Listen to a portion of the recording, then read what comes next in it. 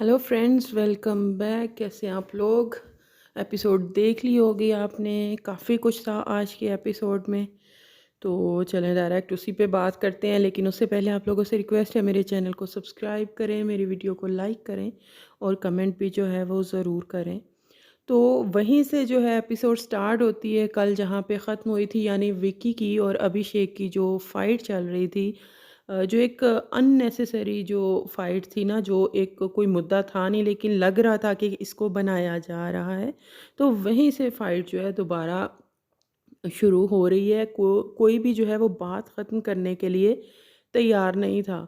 अच्छा, वो तो जो है फ़ाइट चल रही थी, लेकिन मुझे असल जो मज़ा जो है ना वो आया उसमें कि वो दोनों लड़ रहे हैं, एक दूसरे के इतने मुंह के पास आ रहे हैं, एक दूसरे के बारे में उल्टी सीधी चीज़ें बोल रहे हैं। तो लेकिन बाकी सारे घर वाले ऐसे ऑडियंस बन के ना, तो वो चारों तरफ बैठे हुए थे, बेड्स पे बैठे हुए थे और पूरी तरह से फ़ाइट जो है वो एंजॉय कर रहे थे।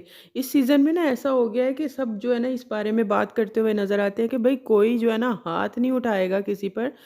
पता है इन लोगों को कि किस हद तक जाना है, किस हद तक नहीं, तो किसी को ज़रूरत ही नहीं है बीच में आके बच-बचाए कुराया। उल्टा वो सब दूर बैठ के ना चिल होके तो वो जो है ना मज़ा लेते हैं कि अच्छा देखो ये क्या कह रहा है, वो क्या कह रहा है। तो मुझे वो सबसे फ़नी पार्ट लगा कि वो दोनों इतना लड़ रहे हैं और वो सारे जो है ना कमरे में अ जो है वो बैठे हुए हैं, सारे बैठ के तो फाइट को एंजॉय कर रहे हैं।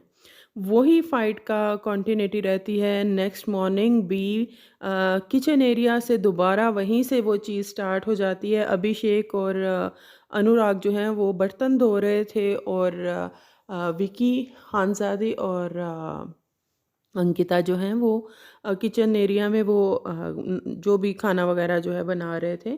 तो वहाँ से दोबारा बर्तन को धोने को लेके कि ये बर्तन को कौन दोबारा से जमाएगा, रखेगा या कुछ इस तरह की बात कर रहे थे।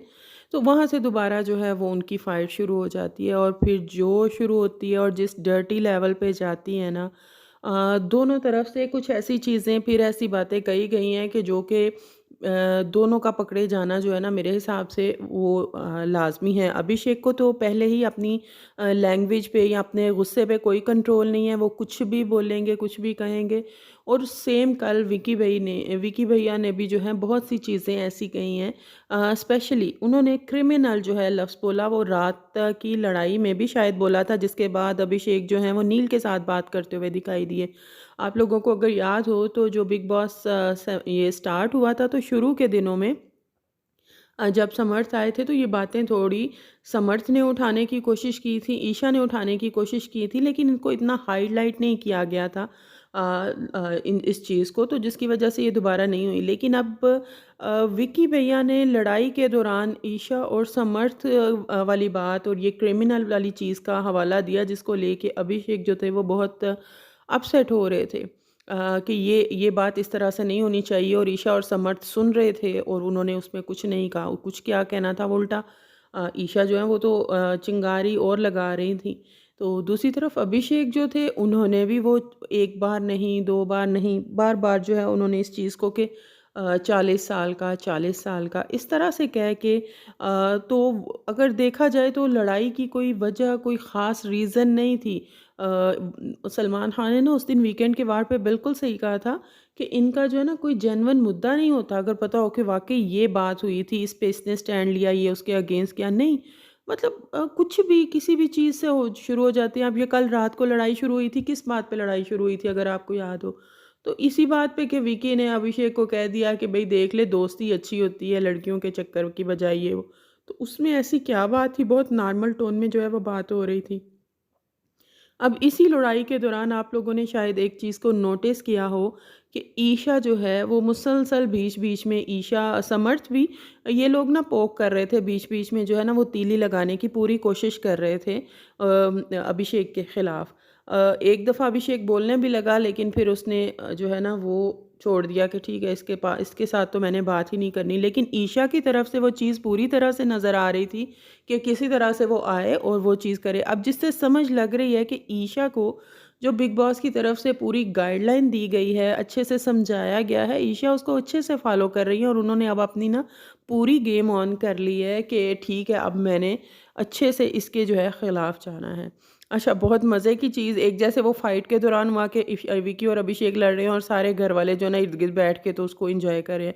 दूसरा ये फिर दोबारा जब नेक्स्ट मॉर्निंग विकी और अभिषेक की लड़ाई हो रही है, तो बाहर मुनव्वर और औरा की जो है ना वो मस्तियाँ चल रही थी, तो वो भी हाँ, जो देखने में है ना मज़ा आ रहा था कि अंदर वो चिल्लम-चिल्ली और एक दूसरे पे चिल्लाना चल रहा है और बाहर वो अपने उसमें लगे हुए हैं। तो उसके बाद हमें ईशा ये इनकी ख़ैर बहुत देर तक लड़ाई चलती रही। उसी दौरान में मुनव्वर ने एक आध कमेंट पास कर दिया तो अभिषेक उससे भी ऑफ़ेंड हो गए उस चीज़ को लेके कि ठीक है तू भी जा या जो भी मतलब म मुनव्वर से मुझे लगता है बाकी सारे घरवाले जो हैं वो कुछ भी कह दें वो ठीक है, मुनव्वर कह दे तो वो चीज़ गलत हो जाती है। तो वो मुनव्वर को लेके हर बंदे को ही लगता है बहुत ज़्यादा एक्सपेक्टेशंस है कि ये ना कहे बाकी सब है जो भी कह दें। बाद में रिंकू जी जो है अभिषेक को इस चीज़ के लिए समझाती भी नज़र आती हैं कि तुम्हें मुनव्वर के अगेंस्ट नहीं जाना चाहिए या मुनव्वर कभी भी तुम्हारे ख़िलाफ़ नहीं होगा और वो इन दोनों को लेके चीज़ों को मतलब सॉर्ट आउट भी करवाती हुई नज़र आती हैं।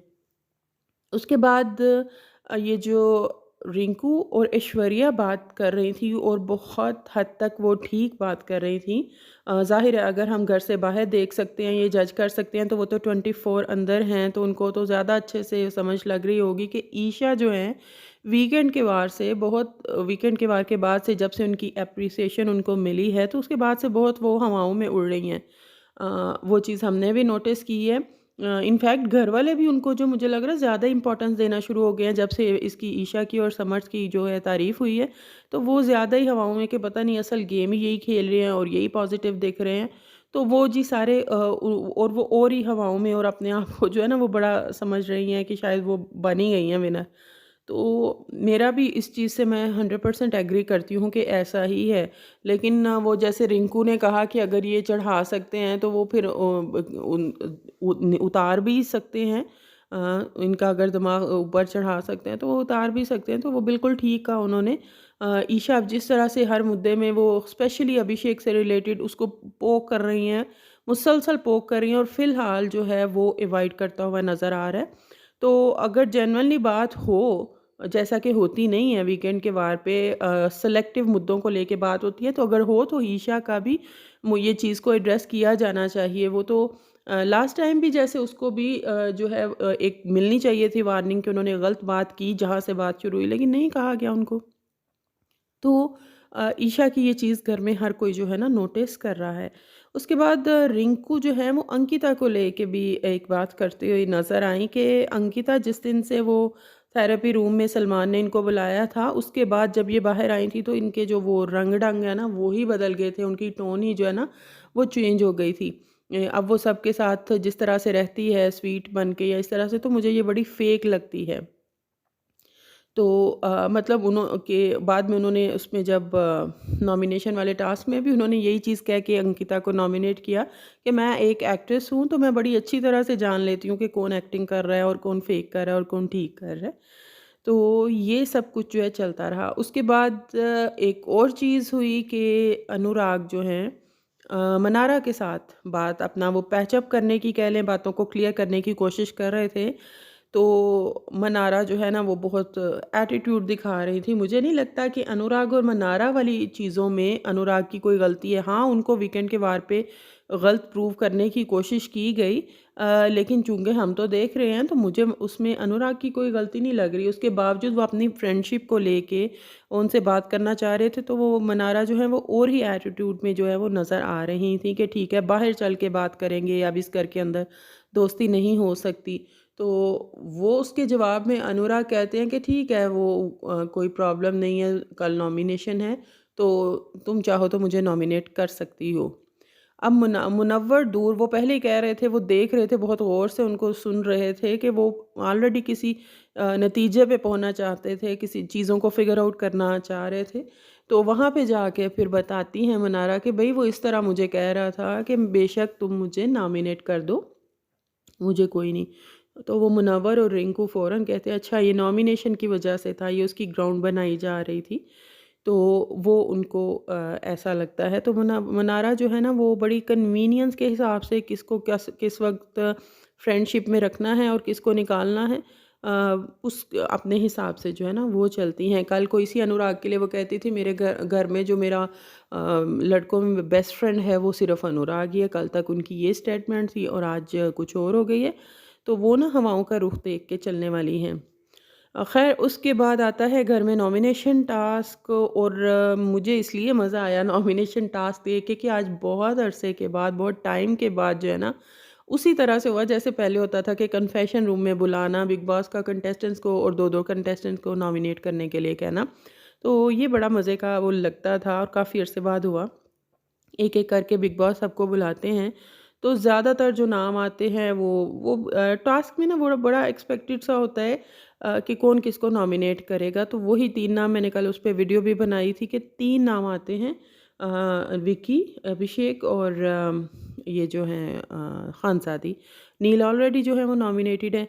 मुझे 1-2 लोगों को लेके जो है वो उस पे थोड़ा-सा हुआ कि अंकिता ने मनारा को दोबारा से नॉमिनेट किया।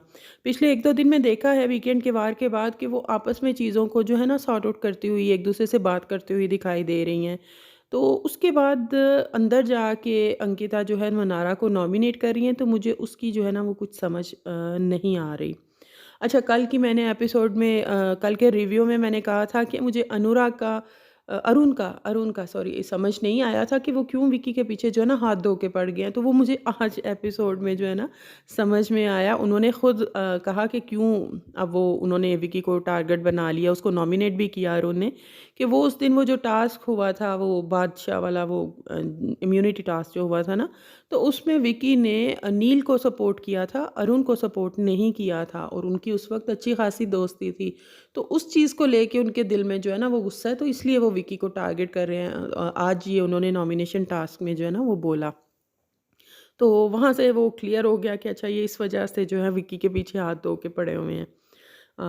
उसके बाद समर्थ ने अभिषेक और विक्की को किया अभिषेक को किया समझ आती है, विक्की को किया। अब समर्थ के लिए दोनों ही टारगेट है, विक्की के लिए वो बोल रहा है कि इसके डबल स्टैंडर्ड हैं, ये वो है। तो कुछ चीज़ों में तो आप खुद भी आपके भी डबल स्टैंडर्ड नज़र आते हैं, कहाँ पे किसकी बात को रख देना है, किसी कहाँ किसकी नहीं करना।